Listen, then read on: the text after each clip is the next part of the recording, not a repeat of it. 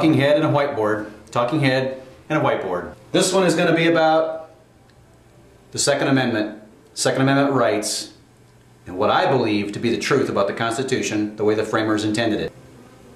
The right of the people to keep and bear arms shall not be infringed.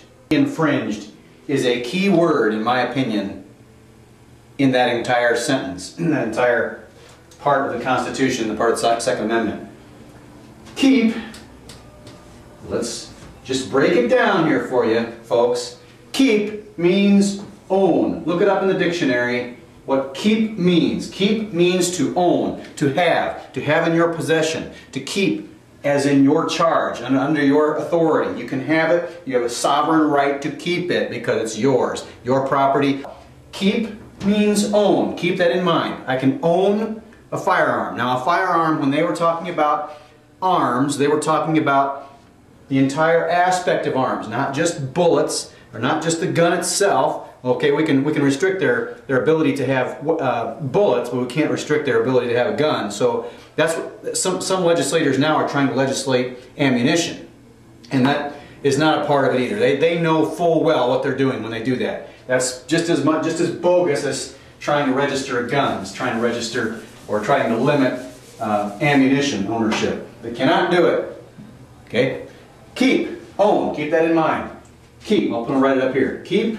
Can you see that? Keep is own. Okay? Bear. I'm not talking about the kind of bear that you find in the woods. Bear means to carry. They came bearing gifts. Bear something. I bear a heavy burden. Whatever it is, you're carrying something. Bear means carry. So the right to keep and the right to bear. So we're going to put down here, just to make it short, carry.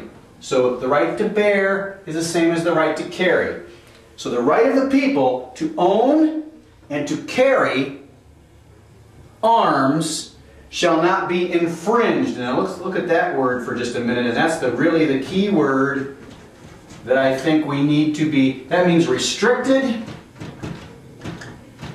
Restricted or impeded. Okay? Restricted, to restrict or impede means infringe. Restricted is probably the shortest word we can change it to. So, the rights of the people to keep and bear arms shall not be infringed. The right of the people to own and to carry shall not be restricted. Now, that doesn't mean that a state authority or a city authority, or a county authority, or a federal authority, any authority has any right to restrict or infringe that right to keep and to bear. Except under certain circumstances, as the Supreme Court has said, there are some circumstances where it could be deemed constitutional for restriction on a sidearm to be carried in a certain place or a certain way, as long as it's a reasonable restriction. That's fine. That's like saying you can't yell fire in a crowded theater. You have a right to free speech, but you can't yell fire in a crowded theater. Now, so legislators have tried to come up with all kinds of unreasonable restrictions for guns. In fact, the city of Chicago says no guns allowed. Can't have any guns. No guns. It's a no firearm zone, whatever. It's a no gun zone, whatever. If you've got a gun holstered or in a non-threatening manner, you should be able to carry it because it's a right guaranteed you by the Constitution. It's endowed. It's believed to be, I believe it's an endowed right. There are some people arguing that it's not. And here's where we're going to run into some problems, is with the new Supreme Court, it was very close in D.C. The D.C. gun ban was very close. It was 5-4, and only takes one of those people to be replaced by the current administration, and we will have a total switch on the whole gun ban issue. So don't be surprised that some changes are coming if things happen that way with our judicial system in the Supreme Court. If Johnny out here has the right to have a gun, he's got his little gun here. He's got a right to have that gun, right? He's happy because he's got a right to have his gun. All right, for whatever reason. He's on his own property. He's on his own property here, and he's got his gun, and he's fine to carry it. I am on my own property right now, and I have a right to keep a sidearm. Got it right here. I am on my own property. I can even wear it openly on my own property. I can carry it on my own property. Here's little Johnny. He's got his gun. He's on his property. Now, most states will allow you to own a gun on your own property. Some don't, and some, if you're in a city, some cities will actually, or some counties will actually restrict you from owning a gun on your own property, and they will say that you have to have a permit in that state to even own a gun, even to own a shotgun. You have to have, or a rifle, you have a hunting rifle. You have to have a permit for that rifle. Now, let's look at that for a second and think about how stupid that is. This is ridiculously stupid, and it all has to do with the vilification of a gun owner. If you own a gun, you must be a criminal. That's kind of the whole basis behind this whole thing.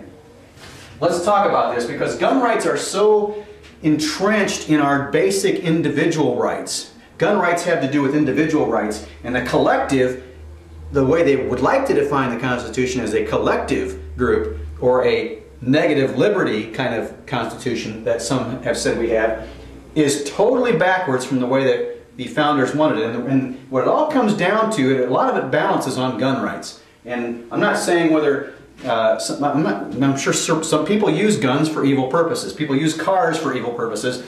People use a knife for an evil purpose or whatever. You can give a person anything, and the thing itself is not going to be evil. It's going to be the person using it that's evil. We'll get into that at some other point. But today we're talking about this whole issue of shall not be infringed.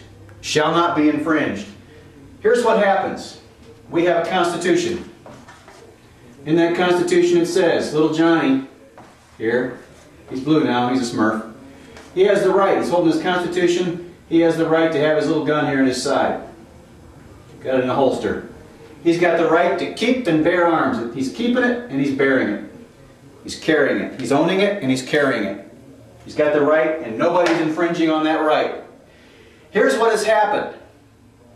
The state has come along. Here comes the state. We're just going to use the state as, oh, let's say a knife. Here's the state. And they're coming in here, and they're going to basically come in here and cut out that right. So now Johnny doesn't have that right anymore. They're going to say, well, we're going to restrict that right a little bit. Now, can't just have everybody running around with the right to carry an arm. We need to know who those people are, and we need to give those people permits. Permit is short for permission.